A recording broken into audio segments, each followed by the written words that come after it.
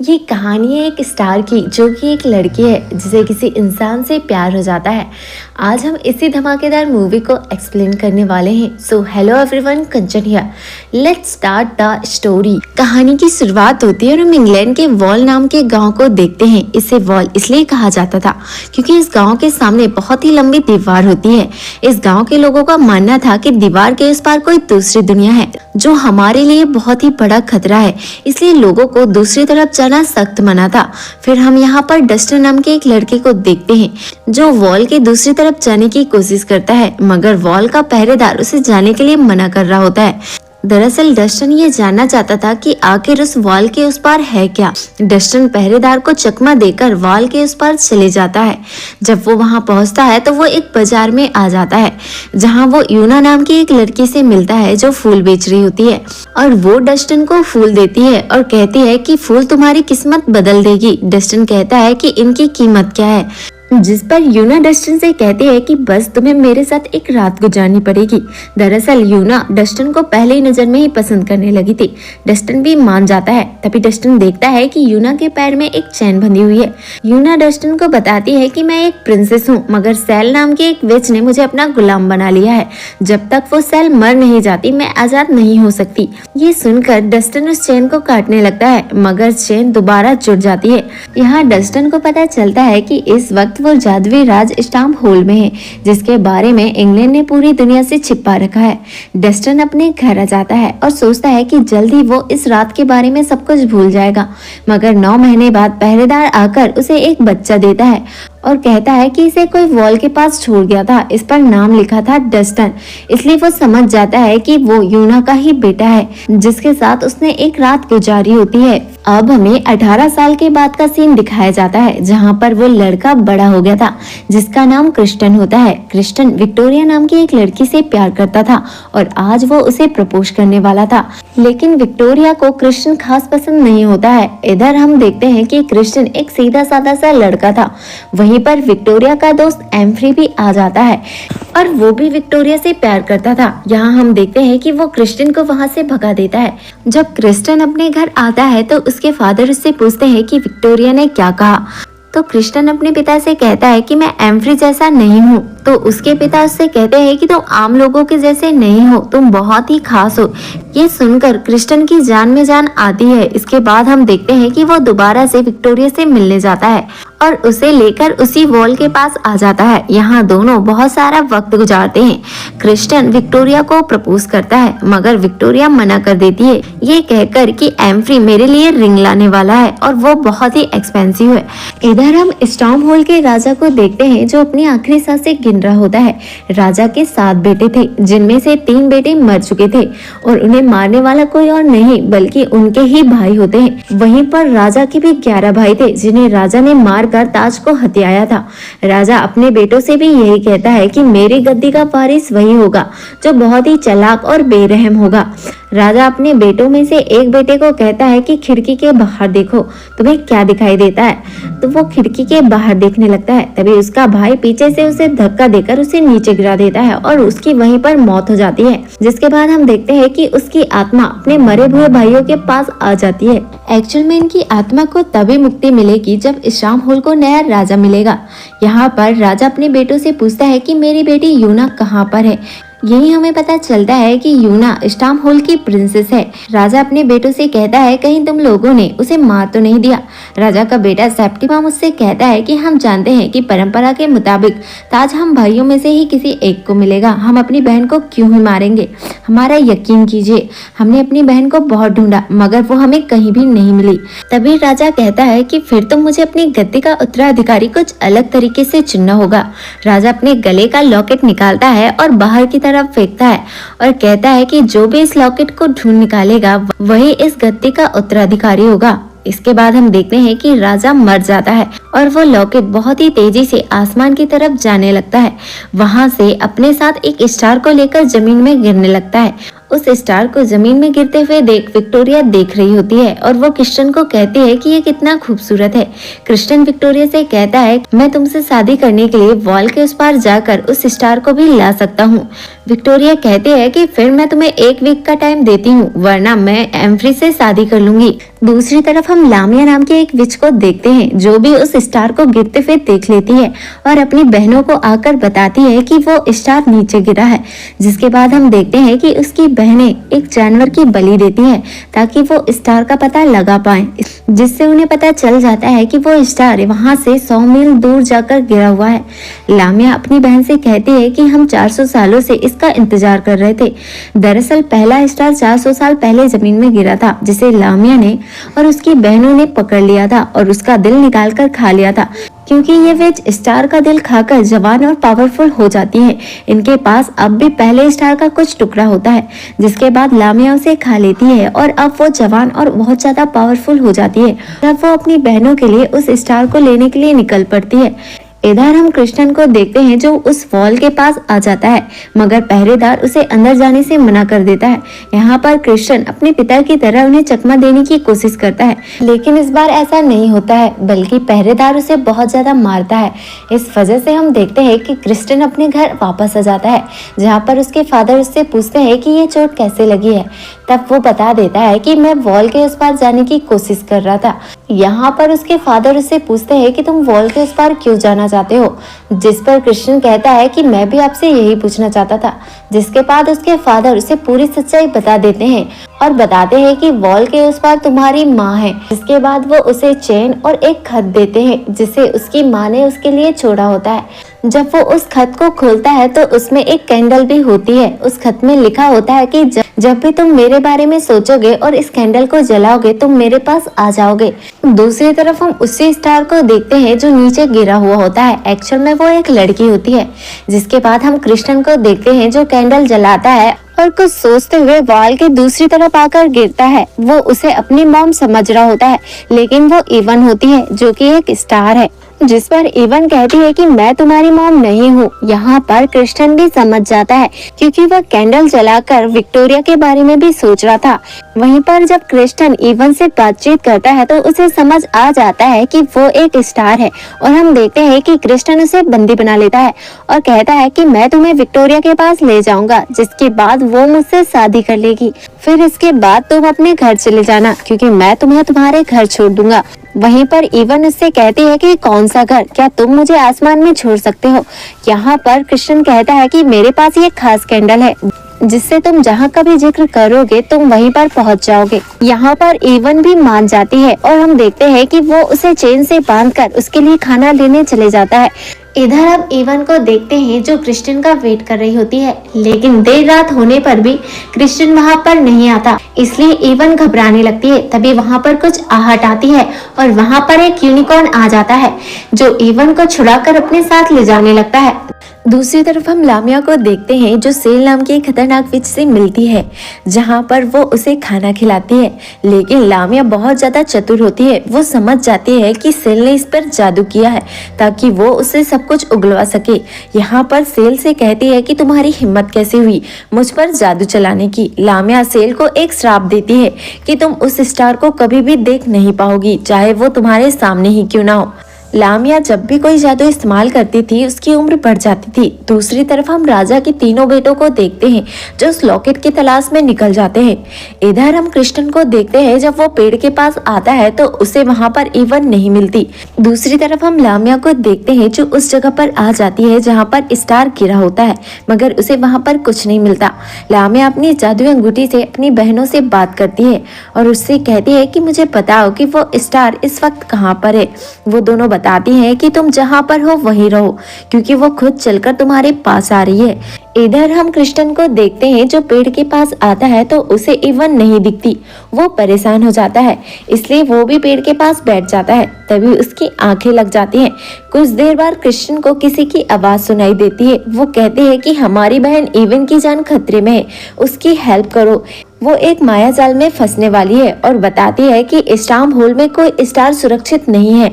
आखिरी स्टार 400 साल पहले गिरा था तो उन्हीं खतरनाक विचों ने उसे पकड़ लिया था। जो इस वक्त इवन को भी ढूंढ रही है। उन्होंने उसे धोखा दिया, पहले उसकी देखभाल की, फिर उसका दिल चमकने लगा तो उन्होंने उसका दिल काट कर खा लिया और कहती है कि तुम्हारे पास बहुत ही कम वक्त बचा है, तुम्हारे सामने से एक घोड़ा गाड़ी आ रही है।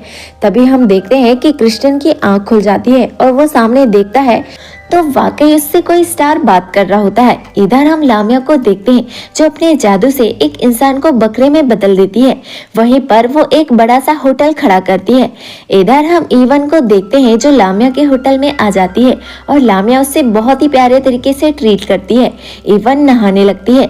लामिया अपने जादू से इवन के पैरों का दर्द ठीक कर देती है और कहती है कि मैं तुम्हें मसाज देती हूँ ताकि आराम से तुम सो सको। यहाँ पर इवन अपनी आंखें बंद कर लेती है।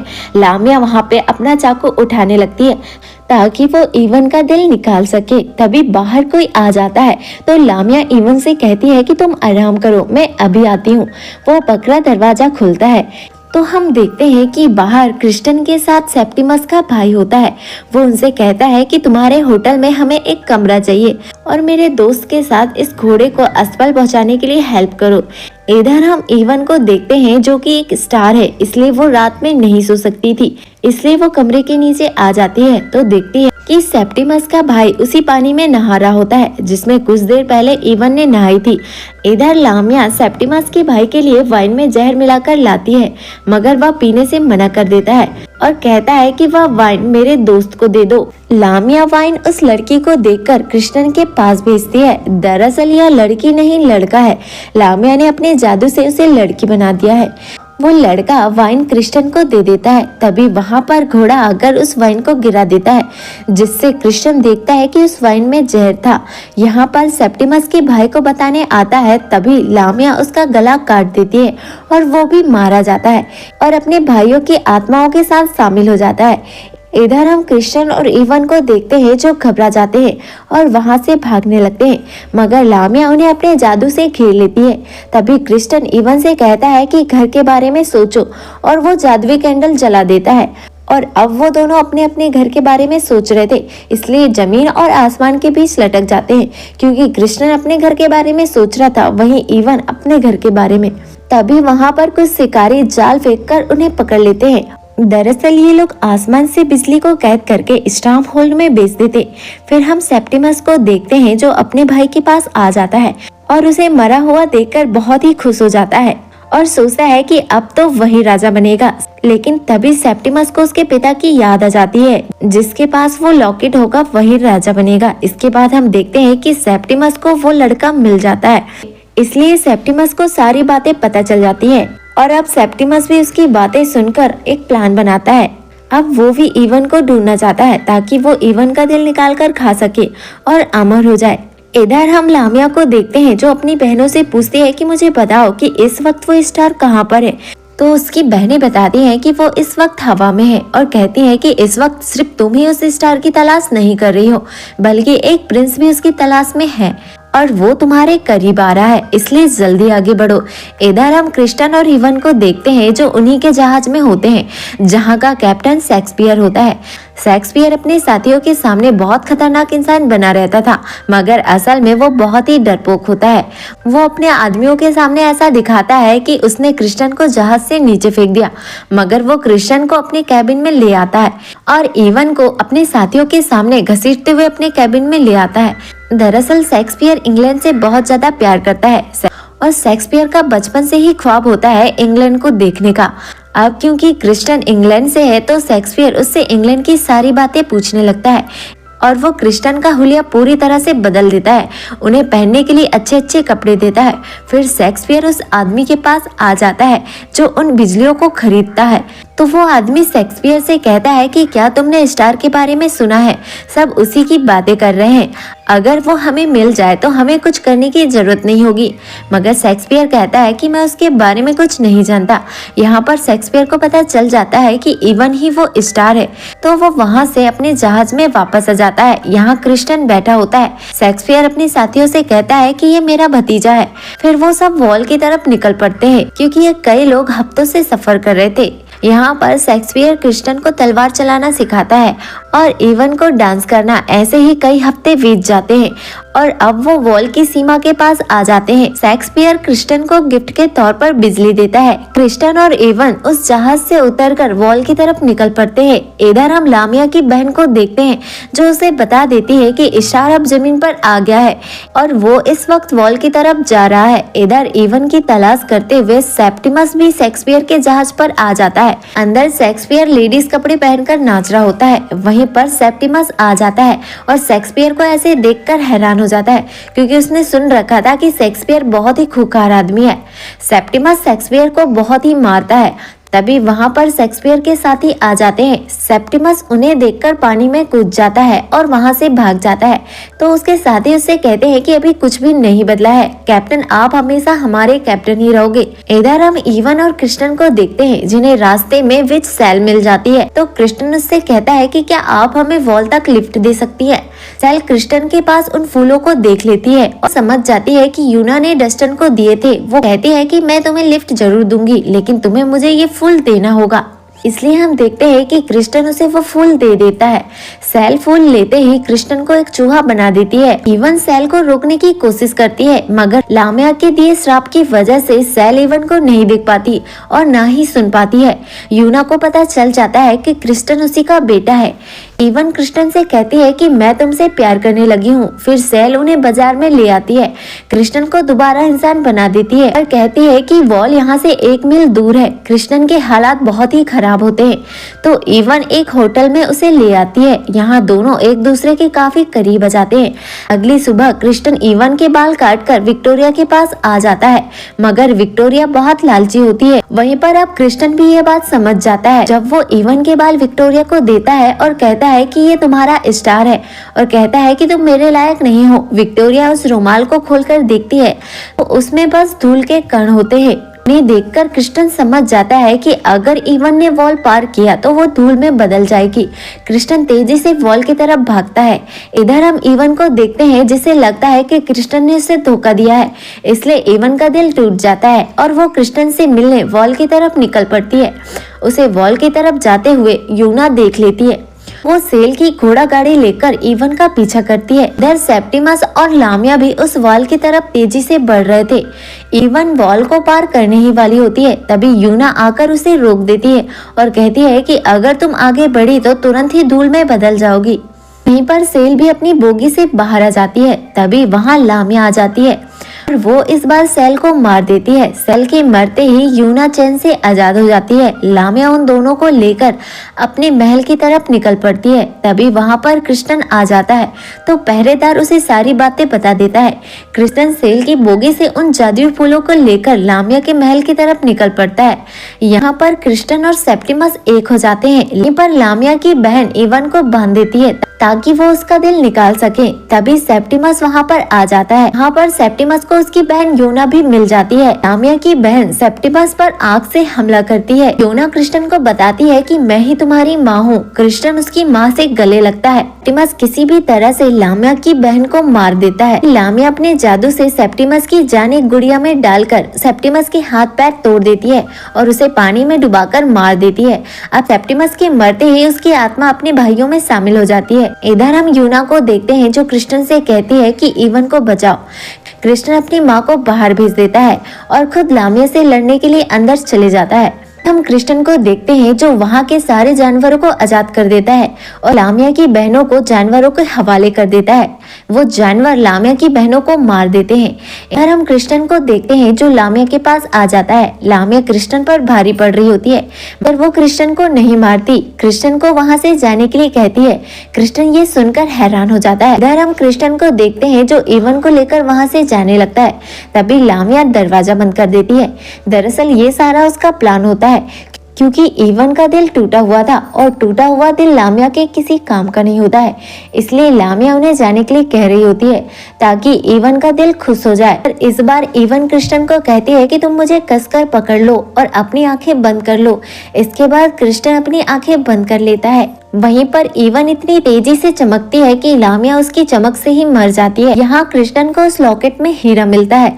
यहाँ पर यूना उससे कहती है कि स्टाम होल की गद्दी के असली उत्तराधिकारी तुम ही हो। सुनते ही सेप्टिमस और उसके भाइयों की आत्मा को मुक्ति मिल जाती है। हमें दिखाया जाता है कि कृष्णन को ताज पहना दिया जाता है और अब वो राजा बन जाता है।